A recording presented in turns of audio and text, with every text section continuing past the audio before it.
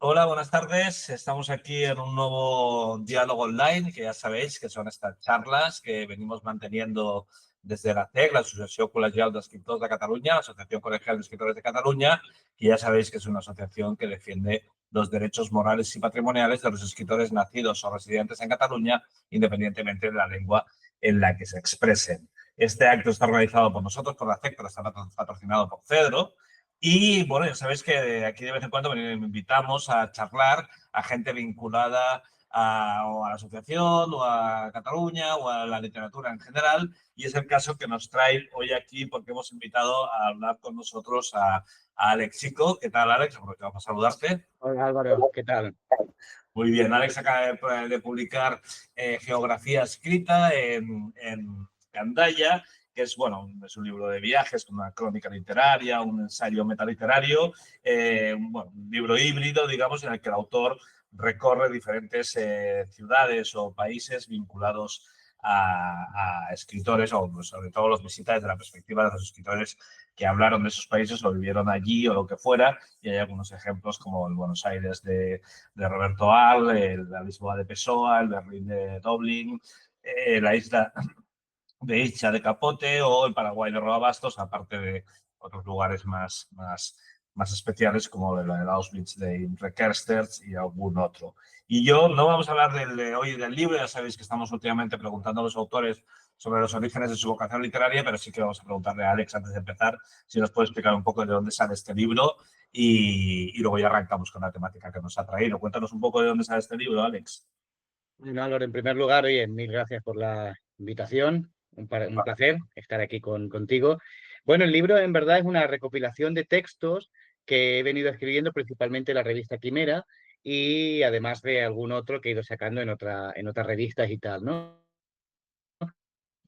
Sí. Es una recopilación de textos que se inauguran, creo que en el año 2014, aunque aparece el primero publicado creo que en 2015.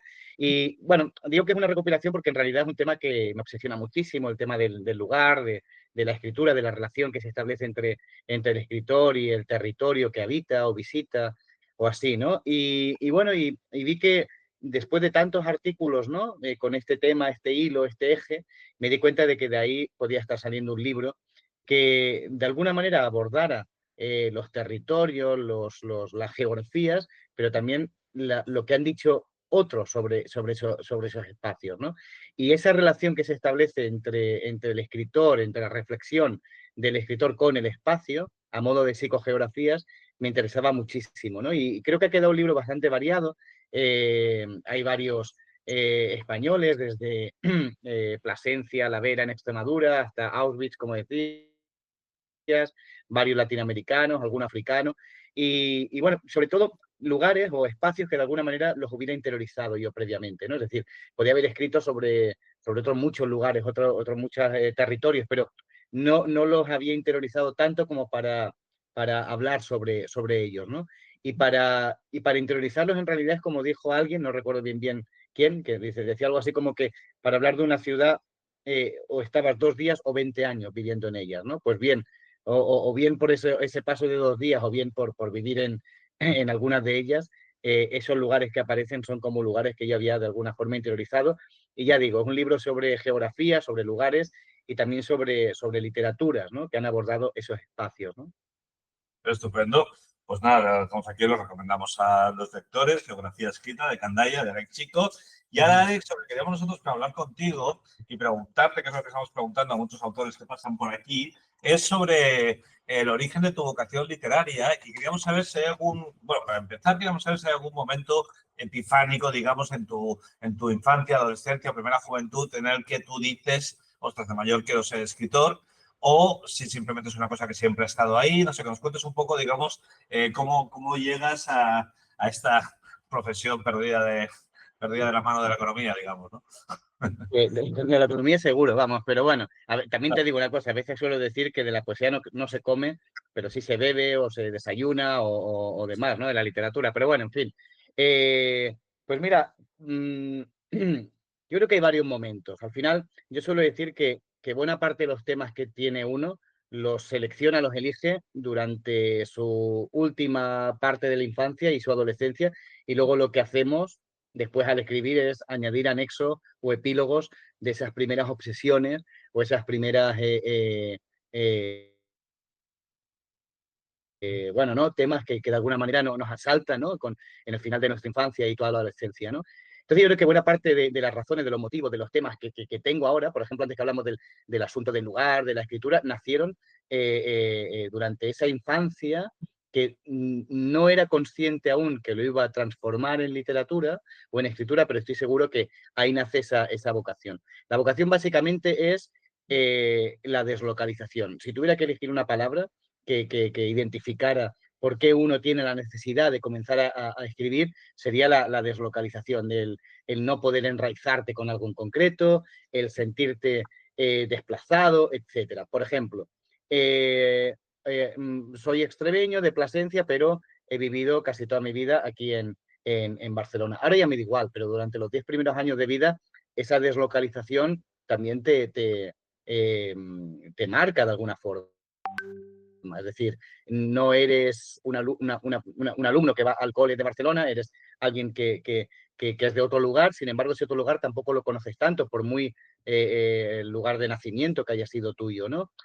Si a eso le sumas, por ejemplo, en mi caso, que vivía en La Verneda, en un barrio de las afueras, por decirlo así, de Barcelona, pero mi cole estaba en el centro, en pleno Eixample, bueno, casi ya, bueno, una zona del Eixample, pues eso también te marca una deslocalización, ¿no? Es decir, el que tus amigos de barrio sean distintos a tus amigos de cole y la poca permeabilidad que había de un extremo a otro, ¿no? De un lugar a otro. Yo creo que todo eso va generando un cierto caldo de cultivo, ¿no? Si a eso también le sumas que a los 10 años volví a Plasencia y ya, bueno, volvía de otra ciudad a la que era el lugar de mi nacimiento, pero en realidad no me hacía sentir así ese espacio, pues todo eso, digamos que va generando una serie de querer narrar cosas o explicar cosas que encuentras que tienen o que deberían tener algún tipo de explicación, ¿no? Y yo creo que ahí es un poco donde identifico esa necesidad de escritura. Creo que vino de forma mucho más concreta cuando cumplí en torno a 15 años. Para mí la adolescencia fue algo, bueno, como a todos, vamos, como para casi todo, una época difícil, por decirlo de forma eufemística. Y claro, el hecho de leer mucho, de darte cuenta de que otros han sentido, no te resuelven los problemas, pero al menos sí consuela que otros hayan sufrido lo mismo, el leer mucho durante los 15 años, 16 hizo que tuviera en un momento dado la necesidad de también yo escribir, ¿no? Entonces yo creo que ese caldo de cultivo, ya digo, se fue generando, ¿no? Esa infancia, esa adolescencia y tal, pero vino motivado sobre todo por la necesidad de lectura. Es decir, para mí la escritura es una especie de último peldaño, ¿no? En un proceso lector. Es la última fase, ¿no? De una lectura compulsiva, ¿no? Y puedo identificarla por ahí. ¿Alguna epifanía? Pues sí, pues puede ser. Yo recuerdo haber leído, por ejemplo, La infancia de un jefe, un relatito muy breve un relato de Jean-Paul Sartre, que recuerdo que me marcó como muchísimo. Y también recuerdo mucho, algo que también me motivó mucho la escritura, la poesía de Jaime Gil de Viedma, también lo recuerdo como algo que también impulsó, ¿no? La necesidad de también yo escribir, ¿no? Entonces, más que epifanía, te diría esos referentes que de alguna forma fueron casi epifánicos, ¿no? Pero entiendo, o sea, bueno, este desarraigo, digamos, que parece estar indicando, esta deslocalización, como dices tú, digamos, que por otra parte es bastante, hay autores en la historia de la literatura que también han hablado del motivo de esta dificultad de encajar, digamos, en una nueva sociedad, lo que les impulsó a la literatura. Pero no sé si aparte de la explicación como racional del derecho, ¿hay algún ejemplo que pueda como ejemplificar ese desarraigo? O sea, has hablado de esa cosa de que tu colegio estaba en el centro de la ciudad, mientras que tú provenías de un barrio periférico. No sé muy bien por qué tenías tan lejos el colegio, por así decirlo. Y no sé si se podría, o habría otro ejemplo que indicara este desarraigo de un modo más concreto. Si no lo hay, no lo Pero hay. yo Yo, creo que decir literatura y desarraigo o literatura desarraigada a veces es casi una especie de redundancia, ¿no? Como de tautología. El que quien no, de alguna forma, no se siente desarraigado o como casi motivo previo como para escribir, ¿no? Es decir, casi caigo en una especie de cliché, pero es que creo que en mi caso fue así. Mi colegio estaba en el centro de Barcelona por una cuestión familiar, es decir, de de conciliación, por decirlo así, ¿no? Mi madre trabajaba cerca, entonces era mucho más sencillo, era un colegio donde había pasado también buena parte de mi familia, en fin. Y sin embargo, ya digo, yo vivía en ese barrio un poco más alejado, ¿no? Yo creo que si tuviera que elegir momentos vitales o biográficos que de alguna forma empezaran a gestar esa necesidad de escritura, creo que sería por ahí, porque luego yo creo que esa forma de entrar a las cosas no de cara, sino de perfil, ¿vale? Como cuando uno abandona su barrio periférico y se va a barrios que son distintos a los suyos y parece que no puedas ir de cara, sino con una cierta precaución. Yo creo que eso de alguna forma marca también la necesidad de narrarlo o de poetizarlo en un futuro, al menos en mi caso, ¿no? Es decir, yo creo que la parte biográfica que te explico, es decir, hay metáfora en todo eso, hay tautología, como te decía, en todo eso, pero creo que hay una parte biográfica que de alguna manera ejemplifica o explica por qué esa necesidad de escritura, es decir, es narrar por qué a ciertos lugares yo no puedo ir de frente, sino de perfil. Y todo eso creo que también configura un poco tu manera de entender el mundo, ¿no? De relacionarte también con los demás. Tú lo sabes, Álvaro, es decir, qué cosa más ridícula o más, no diría ridícula, pero sí, no sé, casi abismal, encerrarte en un escritorio, en una habitación o donde sea y ponerte a escribir sobre otros en comunicación con quien te rodea. Es decir, es algo que es casi paradójico, ¿no? Pues yo creo que de alguna forma esa especie de desarraigo o deslocalización en mi parte biográfica impulsaron a que yo luego estuviera escribiendo solo, ¿no? En una habitación, ¿no? Es decir, no sé si hay algo un poco más concreto o que me pueda ejemplificar más, pero yo incido mucho en esa parte biográfica, ¿no? El ambiente de hogareño, digamos, en tu casa, frecuentabas los libros, eras un extraño o eras el raro de la familia leyendo tanto. ¿Cuál era el ambiente cultural, digamos, en la casa donde te criaste? No, yo tuve mucha suerte, no solamente porque mis padres son lectores y así, no digo que sea, no, sé, no carezca de importancia, porque sí que tiene importancia, pero sobre todo he vivido un ambiente donde se ha valorado mucho la cuestión cultural. Es decir, ya sabes perfectamente, yo te lo digo porque soy profe de instituto, es decir, que un alumno o una alumna conviva, digamos, tenga un ambiente, ¿no? En donde eh, se rodee de libros, a veces no es garantía para que él o ella pues escriba o lea más. Lo que sí que creo que está por encima de eso es sobre todo la idea de cómo se valora, ¿no? La cultura, la literatura o el arte en general, ¿no? Y en eso yo tuve mucha suerte, es decir, nunca fui el raro, ¿no? ¿no? Quizás sí me sentí muy raro en el instituto, con 15, 16 años, cuando empezaba a escribir y a publicar unos pequeñitos artículos que sacaba de crítica literaria en el periódico del instituto. Ahí sí que me sentía o me hacían sentir un poco el raro por escribir, ¿no? Luego llegas a la carrera de filología y el raro es el que no escribe. Pero bueno, en fin, siempre uno es un raro, ¿no? Pero en casa recuerdas la reacción de la familia cuando vieron que tú empezabas a publicar esos textos, cuando vieron que tenías esta vocación literaria. ¿Fue acogida con alegría? ¿Fue acogida como con preocupación económica? ¿Cómo fue acogido, digamos? No, fue cogida con alegría y con cierta sorpresa. Yo creo que en un momento dado, aunque mis padres no lo reconozcan, porque yo no leía nada, nada de nada, nada de nada. Es decir, te hablo con 12, 13, 14 años, no tenía una buena relación con los libros. Y recuerdo que mis padres incluso no digo que se enfadaran, pero sí que le molestaba un poco que tuviera tan poco amor por la lectura y tal. Es decir, mis únicas lecturas por esos años eran los manuales de videoconsola, de videojuegos, y como mucho recuerdo una autobiografía de Johan Cruyff, porque yo era muy del Barça, pero eso era a lo máximo que llegaba. Lo que pasa, mira, esto no lo he comentado antes, que tuve mucha suerte porque, creo que sí, que tuve suerte, porque cuando cumplí 15 años, yo pasaba los veranos en Granada, 2 meses enteros allá, julio y agosto, donde, claro, los planes muchas veces se agotan, ¿no? Y recuerdo que por aquel entonces estaba muy de moda, hablo del año 94, 95, 96, o al menos 95, 96, esta colección de Alianza Editorial de los libros de bolsillo de Alianza 100, se llamaba, ¿no? Esto de 100 pesetas y tal. Y esto a mí, esto sí que me cambió. Porque, claro, ahí es donde llegué a estos libros que te digo, Jean-Paul Sartre, o yo qué sé, o a Samuel Bueno Mártir de Unamuno, o a Jack London, o a Neruda, en fin. Entonces, yo creo que a mis padres sí que les sorprendió tal vez un poco que de buenas a primeras una persona que era muy poco lectora, que era que lo que interesaba era jugar a videoconsolas, jugar a fútbol, etcétera, que de buenas a primeras ahora no solamente leyera de forma compulsiva, sino que encima escribiera. Y luego cuando les dije que quería estudiar filología hispánica en Salamanca, que como sabes es la carrera con más salidas del mundo,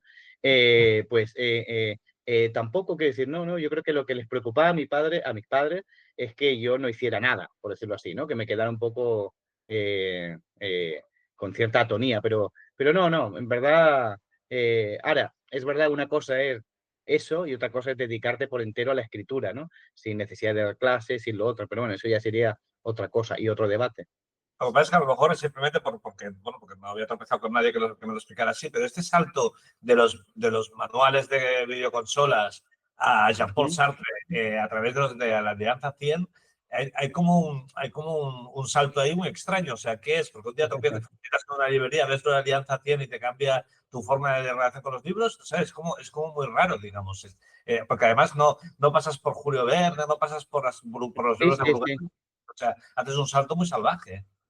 Totalmente. Y mira, y ahora que lo verbalizo contigo y tú me lo explicas, pues es verdad, pues tienes toda razón. Y te prometo que no es ninguna respuesta coqueta, ni inventada, ni nada. Es decir, yo pasé de comprarme hobby consolas a intentar buscar libros de existencialistas franceses. De la misma manera que, por ejemplo, pasé de escuchar, pues no sé, un determinado tipo de música a de buenas a primeras intentar buscar, yo qué sé, pues a Charlie Parker y a otros artistas del bebop porque había leído El perseguidor de Cortázar, por cierto, también en la serie de Alianza 100, ¿no?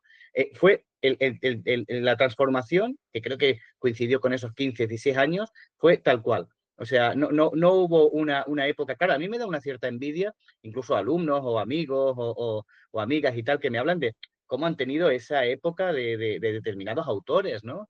Decías Verne, entre otros, o leerte todo Poe, por ejemplo, o no sé, o tenía un amigo mío que le encantaba Isaac Asimov, por ejemplo, no sé. Yo no he tenido y creo que tengo una gran carencia de ese tipo de lecturas, ¿no? Pero es que ya digo que fue así. ¿Por qué sucedió aquello? Pues porque con 15, 16 años no entendía nada. No entendía nada, ya no me bastaba con jugar a videoconsola, ni con caer bien, ni con meter goles en mi equipo de fútbol. Había cosas que me eran Pero aterradoramente inexplicables. la transición desde un punto de vista fáctico, digamos, o sea, tú un día entras a una librería o vas a un kiosco y ves esta colección y te empiezas a comprar libros de esta colección. Es así de brusco, Sí, digamos. pues casi tal cual. Es verdad que en esto influyó también mucho un, más que tío mío, un amigo que se llama Javier Morales, escritor, que él también me influyó mucho, me incentivó mucho en decir, bueno, vale, los veranos son largos, si tienes esta serie de preguntas, pues también aquí hay libros que te pueden, no hace falta que un libro tenga 300 páginas para leerte un libro. Yo creo que también me quité con él y con esta serie y tal un poco ciertos prejuicios, ¿no? Es decir, que para que un libro sea un libro tiene que tener 300 páginas y aburrirte. No, pues hay relatos que tienen 20, 40, 50 páginas y creo que eso me ayudó un poco a romper esa barrera que yo pensaba que había tenido siempre con la literatura, vamos.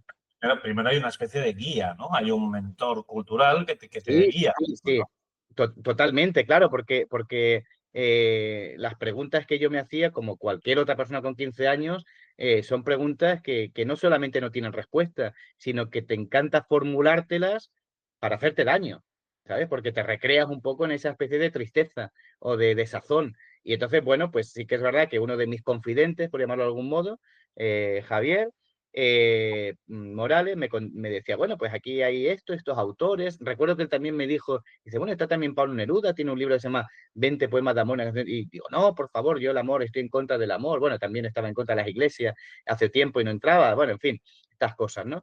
Y quiero decir que, bueno, que encontré por ahí una forma de no dar respuesta, pero así al menos controlarme, ¿no? Con decir, vaya, a este personaje le está pasando lo mismo, o este tipo que quiere creer en Dios y no puede, tal y cual, y que se siente solo y que es un impostor, yo qué sé, por ejemplo, leyendo a Unamuno, y todo eso ya digo que vino, fue abrupto, pero porque yo creo que emocionalmente también fue un cambio abrupto. Es decir, yo pasé de una infancia pues hiper cómoda, por llamarlo de alguna manera, cómoda, donde cada pieza encajaba perfectamente, y de buenas a primeras, todo lo que tenía respuesta antes, ahora ya no vale. Bueno, pues caí en la literatura como otro hubiera caído, pues no sé dónde, en la danza. Y en el colegio, digamos, algún profesor que te dio un espaldarazo con esa temática o algo o no? Mira, esto es también muy interesante porque yo con esta edad, 15, 16 años, ya te digo que empezaba a leer mucho, mucho, a devorar mucho y tenía muchas ganas de cursar por primera vez en segundo de BUP, que sería cuarto de la ESO, en la actualidad, por primera vez tenía la materia de literatura. Pero tuve mala suerte. Bueno, vamos a ver, por ser justos, era una combinación terrible. Un mal estudiante, que era yo, con un mal profe, que era él, ¿no? Entonces ahí me desanimó mucho, porque digo, jolín, si a mí me gusta leer, si a mí me gusta también tal, pero la materia de literatura fue, bueno, primer trimestre en 4, segundo trimestre un 3 y el último trimestre un 1. Es decir, que el tipo incluso me llegó a decir, mira, ya está, te apruebo, pero Alex, no te llevas bien con los libros, no es tu mundo, no todo el mundo tiene que leer, supéralo, como diría esta Me valía influencer, poco. supéralo. No y eso es el primer contacto académico que tuve yo con la literatura. Pero tuve dos profesoras, Pilar e Isabel, perdón, en los 2 últimos años de instituto, lo que sería ahora primero y segundo bachillerato, que fueron, sí que fueron epifánicas, por decirlo de alguna manera. De buenas a primeras, una profesora que te decía que escribías bien o que le alegraba dar clase a gente interesada como yo, otra que me permitía publicar artículos de crítica literaria en el periódico del instituto y que además me acompañaba a charlas, a tertulias, a presentaciones, con las pocas presentaciones que había en Plasencia. Eh, bueno, sí, fueron dos personas fundamentales. En la universidad uno luego tiene otros profesores que le marcan y tal, pero esa forma tan decidida, yo creo que eso solo pasa con profesores de colegio o de instituto. Porque tú ahora ejerces como profesor, me has dicho, ¿no? ¿No? ¿Tú estás ejerciendo como profesor en la Sí, actualidad? sí, sí, sí, sí, estoy en instituto, sí. Literatura. ¿Perdón? De literatura, entiendo. Sí, sí, sí, sí, lengua y literatura española, sí. Ahora, desde el punto de vista de un profesor, digamos, es fácil detectar, digamos, cuando un chaval, un adolescente, cojea de la meta literaria, no porque escriba bien o tal, sino simplemente si hay un escritor en su interior. Todas estas cosas las sabes ver, se ven. Me encantaría. Ya. Me encantaría verlo.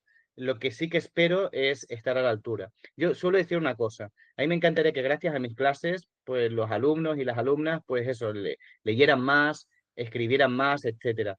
Pero lo que no me podría permitir por nada del mundo, lo que sería como una bandera roja, algo que me haría, lo digo con sinceridad, dejar el trabajo que desempeño, es que por culpa de mis clases, por culpa mía, alguien dejara de escribir o de leer. Es decir, alguien que ya le gustaba la escritura, alguien que ya le gustaba la lectura, por culpa de mis clases de lengua y literatura española, alguien pues se apartara de la literatura o de la escritura o de la lectura, ¿no? Eso es un poco es decir, la bandera roja, por llamarlo de algún modo, que me marco curso a curso, ¿no? Y verlo, pues yo creo que es relativamente, no sencillo, pero sí mucho más sencillo de lo que parece, detectar quién tiene un mundo interior que pueda canalizarlo a través de la escritura, ¿no? Y lo ves sobre todo en alumnos que te piden tiempo para leer, ¿no? Sobre todo estos alumnos que te dicen, mira, ya terminé de hacer este trabajo, me puedo poner a leer un rato, etcétera, ¿no? Es decir, por ahí lo ves, ¿no? Por ahí lo ves. Oye, ¿has robado alguna vez un libro? He robado, sí, sí, claro. Uy, sí. Sí, pero afortunadamente han sido libros que luego he leído, ¿eh? Bueno, Eh, Uno de ellos era el libro de Rachel, de Martin Amis, que afortunadamente lo leí al cabo del tiempo.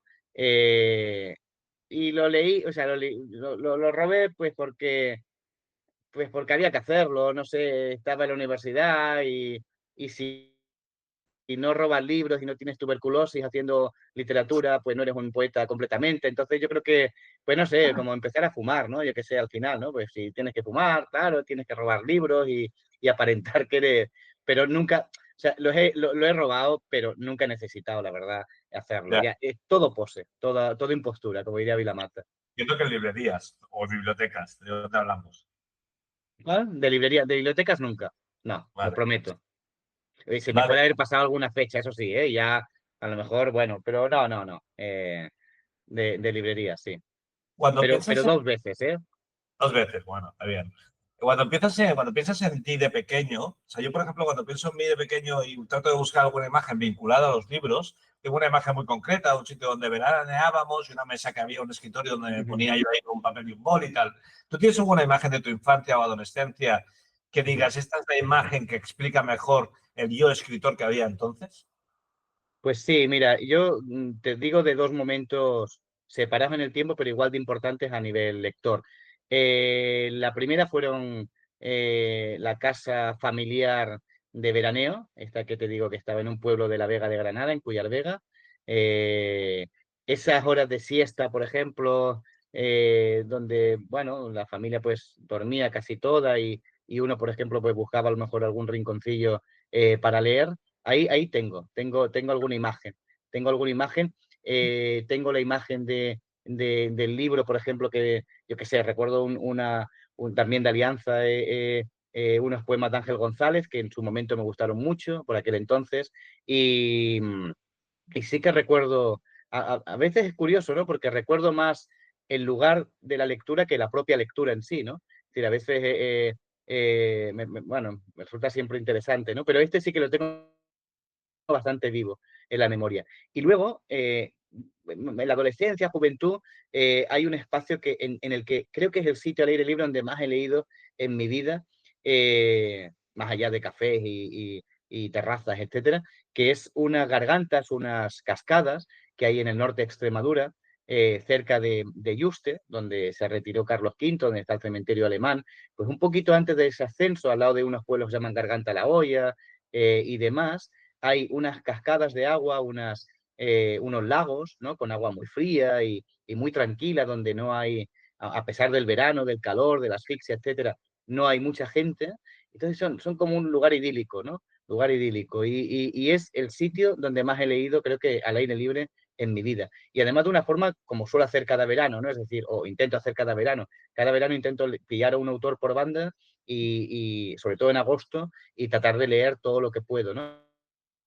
Entonces, tengo imágenes muy vívidas de haber leído a Proust, de haber leído a Cortázar, a Vargas Llosa, no sé, como varias así, en donde recuerdo casi a la par el lugar de la lectura que la propia lectura. Y es muy curioso cómo de buenas a primeras a veces asocio lugares de Cortázar o de Vargas Llosa, aunque me hable de Perú uno o de París o lo otro, como si hubieran sucedido en Cuacos de Yuste, en Garganta la Olla, en Pueblos de la Vera. Digo, ¿qué relación? Claro, es porque el lugar de la lectura influyó también en la lectura en sí, ¿no? Y esa correspondencia me parece muy, muy, muy interesante, muy chula.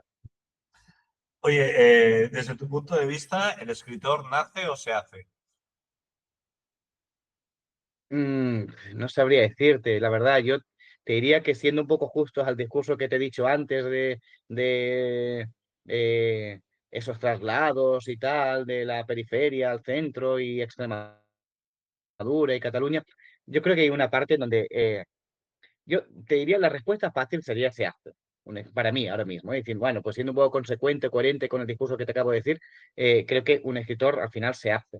Lo que le sucede marca de alguna manera su necesidad o no de narrar o de expresar una forma o de otra. ¿Pueden hacer? ¿Hay algo innato? Pues tal vez sí, tal vez sí. Lo que no puedes desarrollártelo, no sé, pero creo que a veces puede ser una cuestión puramente hereditaria, neuronal, No tengo ni idea, no tengo ni idea, pero posiblemente sí. Posiblemente nuestra biología o fisonomía incluso determina o condiciona o impulsa que uno se dedique a la música, otro se dedique a escribir, otro se dedique al deporte, no tengo ni idea, pero yo creo que tal vez la biología sí que, o el ADN, digamos, que llevamos dentro, sí que sea más importante de lo que parece, ¿no? Es decir, bueno, pues como diría Cela, eso de 90% de transpiración, ¿no era? O de inspiración, y 10% de inspiración, pues aquí 90% de se hace y tal vez un 10% de se nace, ¿no? Oye, pues Alex, yo creo que tenemos todo lo que Muy buscábamos bien. y probablemente más. No sé si hay algún aspecto que no estemos tocando sobre tu formación como escritor y que tú creas que es importante. No sé si echas en falta algo, algún aspecto que no hayamos tocado. No, no, Álvaro, quiero decir, básicamente coincido tanto en estos desplazamientos y biográficos y tal, creo que en esa explicación, digamos, casi como de metonimia, ¿no? De parte por el todo, intento ahí identificar por qué uno se ha hecho escritor, ¿no? Pero quiero decir que ya no es una cuestión de desplazamiento a nivel metafórico, sino un desplazamiento real, ¿no? Y creo que por ahí ya digo que canalizo bastante mi explicación de por qué hoy en día escribo. Yo creo que el problema de la deslocalización es algo común, pero a unos nos da por escribir, por no sentirnos del sitio que habitamos, y a otros a lo mejor les da por ponerse un cinturón de explosivos. ¿Sabes qué te quiero decir? Al final, la deslocalización y el no sentirte enraizado tiene tramas muy distintas en cada uno, ¿no? Pero yo estoy seguro que uno de los motivos por los que escribo es justamente eso, ser una persona profundamente deslocalizada, ¿no? Oye, pues muchísimas gracias, Alex. Aquí, Recordamos a Álvaro. todos que Alex acaba de publicar Geografía Escrita en la editorial Candaya. Y nada, y te damos las gracias por habernos abierto un poco esta intimidad, porque sé que son preguntas un poco de la vida privada, un poco íntimas, y agradecerte que hayas jugado con nosotros a esto. Muy bien. No, no, todo lo contrario, Álvaro, un placer enorme, como siempre. Muy bien, hasta luego. Chao.